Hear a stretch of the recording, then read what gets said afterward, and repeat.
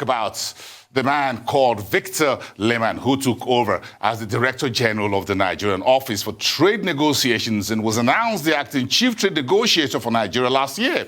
At the passing away of the pioneer Chief Trade Negotiator for Nigeria, Ambassador Chiedu Osakwe.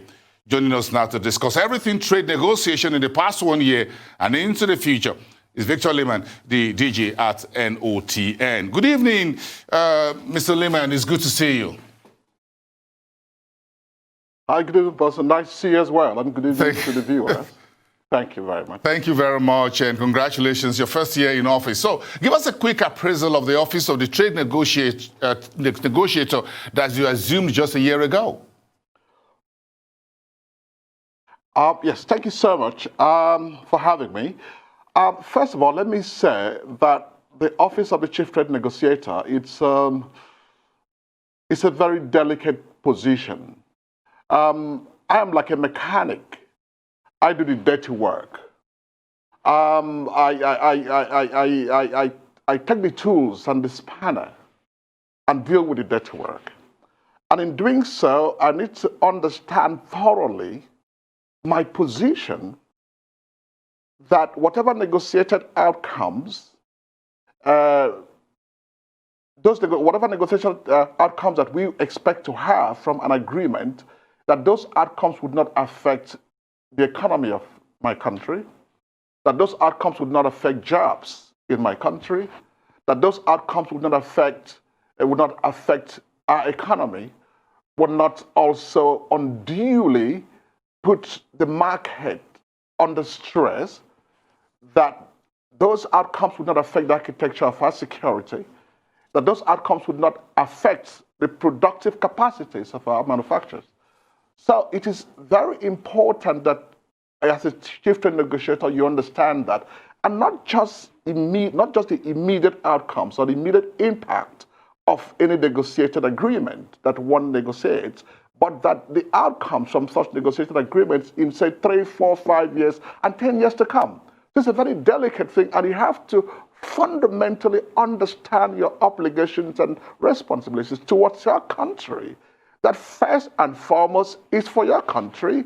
It's not about self. I don't have to impose my own views when I am negotiating. I have to understand and work with critical, strategic, important stakeholders across board, and I need to take advice from them. I need to also take inputs from them to go into negotiations. And of course, I need to also defer to very senior pivots in government. I need to defer to them to seek counsel and to seek guidance and to seek directive as to what I need to say, because I don't just have to go there and say what I like.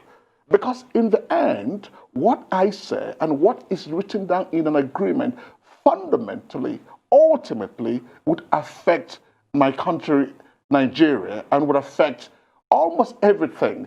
Because as you know, there's a trade component in virtually everything. So in negotiating, you have to bear this in mind, that you don't allow your market to become a dumping place, that you don't allow your market to become a place where people bring substandard products or highly subsidized products. Because in bringing highly subsidized products, then the products within your domestic market would not be able to compete effectively with them. So it's a very delicate job, and as a mechanic, I have to do the dirty work. Go under the car, look at what is wrong with the car, fix it, and if I don't fix it very well, I tell you, not only the government will hold me accountable, but generations to come would hold me accountable, because they would say, you were the chief trade negotiator when we negotiated the African Continental Free Trade Area Agreement.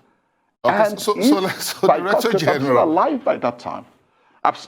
Yes. Mr. Director General, right. let's talk about some of the tough trade relations that Nigeria have had to deal with. For example, the land border closure and, by extension, the face-off with the Republic of Ghana. First of all, I'll talk about Ghana. And this is something that is very, very, very close to my heart. And it breaks my heart to see and to hear each time Nigerians are attacked abroad, both their businesses and their persons, particularly in Africa. So if we are negotiating an agreement that would allow us to trade with each other on a tariff-free basis, then we need to understand that there is need for transparency, there is need for trust, there is need for acceptance, there is need to deal with each other, understanding that whatever step that we take would fundamentally affect the outcome of the African Continental Free Trade Area Agreement that we are currently negotiating. You know, the so-called Ghana Investment Promotion Act, I mean, it's ab initio is at variance with the spirit and the intent and purposes of the AfCFTA agreement itself. Because what we are doing currently is to ensure that those barriers and restrictions that restricts us even within the ETLS, that is the ECOWAS Trade Liberalization Scheme zone, that those barriers are removed. So if you are going to now start to say that there are some businesses that are the preserve of the citizens of Ghana, and some are not the preserve of other citizens, that other citizens cannot also compete effectively, then what you are saying is that you are denying the national treatment which we have agreed on under the AfCFTA, because any businessman, be it a Nigerian, a Ghanaian, a Rwandan, that comes into Nigeria to trade, the AfCFTA agreement requires that this treatment that we give to our nationals are the same treatment that we will give to those nationals. That we will not discriminate against them on the basis of the fact that they're nationals of Rwanda, they're nationals of Nigeria, or they're nationals of Ghana or Uganda. So if Ghana wants to take a position with regards to certain businesses that are preserved or that are for the Ghanaians to engage with, you have what we call the exclusion list under the AfCFTA, under the schedule of tariff on goods offer. We have the exclusion list, which means that that list, the goods, the products under that list would not be liberalized. But you also have the general list, which therefore means those general lists would be liberalized. And so the AfCFTA has taken care of the issue of you cannot touch this and you can touch this. So I was pleasantly pleased when I saw that the Ghanaian president met with the Nigerian president a few weeks ago, and you hosted the AfCFTA Secretary General in Abuja. So I'm sure you guys had a whole lot of behind the curtain, behind the closed doors conversation. You want to tell us about what they came to Nigeria for and what was achieved? First of all, he came to Nigeria to familiarize with stakeholders, to thank stakeholders for the support that Nigeria has given and continues to give to the AfCFTA process. Because as you can recall, Nigeria actually drove the AfCFTA back-to-back from the negotiation forum and the African Ministers of Trade, which was then led by a former minister in Elema. And the negotiation forum was then led by Ambassador Chedo Sakwe of Place, my boss. So, he came to express that thanks. And as you know, Nigeria was the second place that he came. So that first and fundamentally, he came to do that. And secondly, during his stay in Nigeria, one of the things that I said to him, I said, my friend and brother, we've been friends for over 3 years now. You know, Ghana has taken the Secretariat, and now you are the Secretary General of the AfCFTA. And at the senior levels and positions that have so far